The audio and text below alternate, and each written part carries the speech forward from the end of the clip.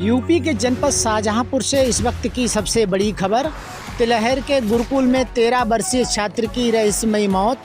अचेत अवस्था में मूक दर्शक बना रहा गुरुकुल प्रबंधक। टूटी कान की हड्डी, चेहरे पर चोट के निशान, परिजनों ने जताई हत्या की आशंका। शाहजहांपुर संस्कार और धर्म की शिक्षा देने वाले तिलहर के एक प्रतिष्ठित गुरुकुल में पढ़ने वाले कक्षा 6 के छात्र अनुराग यादव उम्र करीब 13 वर्ष की संदिग्ध हालत में मौत हो गई। ये वही गुरुकुल है जहां परिजन बच्चों को सुरक्षित और अनुशासित जीवन जीने के लिए भेजते हैं, लेकिन मंगलवार को यह स्थान एक मासूम के लिए मौत की मंजिल बन गया। घटना तिलहर मुख्यालय से 8 किलोमीटर दूर रुद्रपुर स्थित गुरुकुल की है, जहां पोस्टमार्टम रिपोर्ट में अनुराग की मौत के पीछे के हालातों में को लेकर जो तथ्य सामने आए हैं वे हत्या की ओर इशारा कर रहे हैं।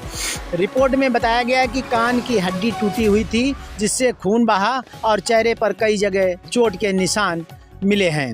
मौत का समय रात के 3 बजे के आसपास बताया गया है, जबकि परिजनों को इसकी सूचना सुबह दी गई।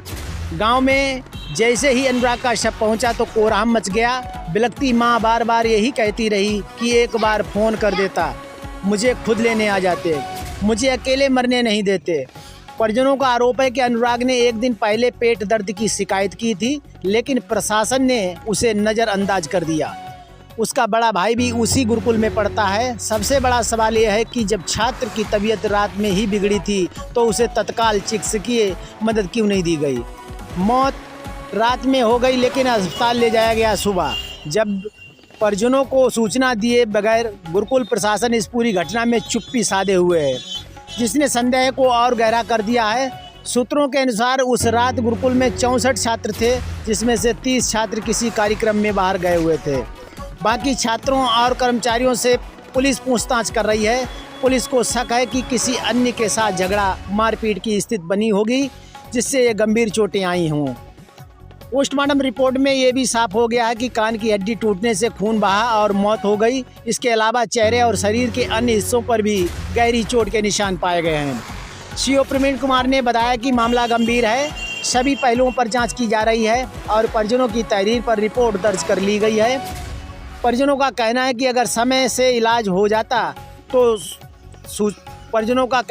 समय से इलाज होता और सूचना दी जाती तो अनुराग की जान बच सकती थी।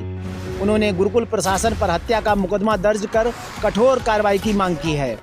अब ये सवाल उठ रहे हैं कि अगर मौत सामान्य थी तो शरीर पर गंभीर चोटों के निशान क्यों, तबीयत बिगड़ने की जानकारी सुबह तक क्यों रोकी गई। आप देख रहे हैं PK 24 न्यूज़ शाहजहांपुर।